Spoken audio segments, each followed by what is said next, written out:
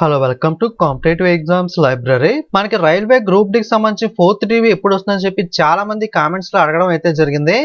Already second ఛానల్లో నేను night video upload చేశాను. కాకపోతే దీంట్లో ఎక్కువ వీడియోస్ ఉండటం వల్ల నోటిఫికేషన్ రాదని చెప్పి నైట్ అప్లోడ్ చేయలేదు. బట్ ఎవరైనా మిస్ అయ్యే అవకాశం ఉంది కాబట్టి మళ్ళీ ఈ ఛానల్లో కూడా వీడియోని అయితే అప్లోడ్ చేస్తున్నాను. మనకి సికింద్రాబాద్ జోన్ కి సంబంధించి కొన్నిటికి సంబంధించి ఫైనల్ రిజల్ట్స్ ప్యానల్ అయితే అనౌన్స్ చేశారు. అలాగే 4th టీవీకి సంబంధించి కూడా మనకి రిలీజ్ చేయడం అయితే జరిగింది.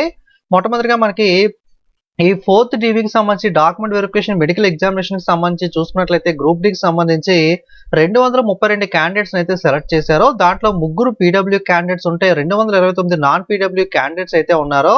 సో ఎవరైతే సెలెక్ట్ అయ్యారో వాళ్ళైతే డాక్యుమెంట్ వెరిఫికేషన్ మెడికల్ ఎగ్జామినేషన్ కి సంబంధించి అటెండ్ అయితే అవ్వాల్సి ఉంటుంది.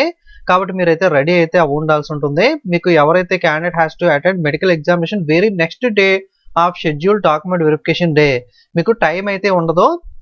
డీబీ అనేది ఏ రోజు అయితే జరుగుతుందో ఆ నెక్స్ట్ డే ఇమీడియట్ గా మీకు మెడికల్ ఎగ్జామినేషన్ అనేది కూడా మీకైతే జరుగుతుంది. సో కాబట్టి మీరు అక్కడికి వెళ్ళేటప్పుడు ఆ విధంగా మీరు అయితే ప్రిపేర్ అయితే వెళ్లాల్సి అయితే ఉంటుంది. డాక్యుమెంట్ వెరిఫికేషన్ కి సంబంధించి సెలెక్ట్ అయిన క్యాండిడేట్స్ కి ఈమెయిల్ ఎస్ఎంఎస్ఎస్ అనేవి కూడా సెండ్ చేయడం అయితే జరుగుతుంది. మీరు ఒకసారి చెక్ చేసుకోండి. Okay, so all the candidates who are kept pending for various reasons during the first, second, third phase DB are informed that case are under review and will be intimated in due course. Hence, such candidates are advised that they may refrain from submitting represents to the RTIs, public grievance, etc. in this regard. First, second, third page డీవీలో మనకి ఎవరైతే various reasons వల్ల మనకి hold లో పెట్టబడిన candidate ఉన్నారో వాళ్ళకి త్వరలో మనకి ఇంటిమేషన్ అనేది ఇస్తాం. వాళ్ళు ఆర్టీఐ చేయడం, పబ్లిక్ గ్రీవెన్స్ ఇలాంటివి అయితే యూజ్ అయితే చేయొద్దు అని చెప్పి అయితే మనకైతే చెప్తున్నారు.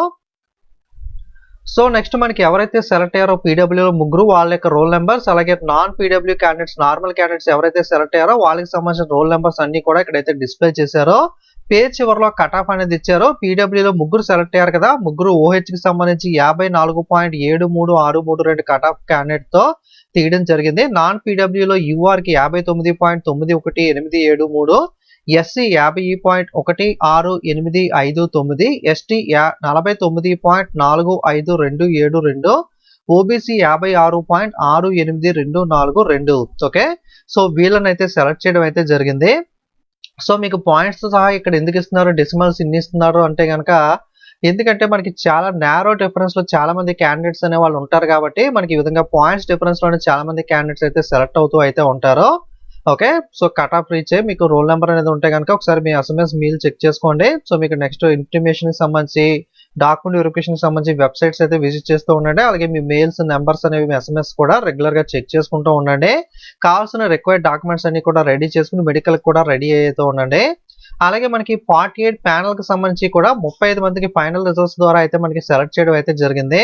ఇందులో ఒక పీడబ్ల్యూ 34 నాన్ పీడబ్ల్యూ క్యాండిడేట్స్ అయితే మనకి ఏ పోస్ట్ కి ఎవరెవరు సెలెక్ట్ అయ్యారని చెప్పి పోస్ట్ వైజ్ గా ఇక్కడ రోల్ నెంబర్స్ అయితే ఫైనల్ రిజల్ట్స్ కి సంబంధించి అయితే ఇవ్వడం అయితే జరిగింది.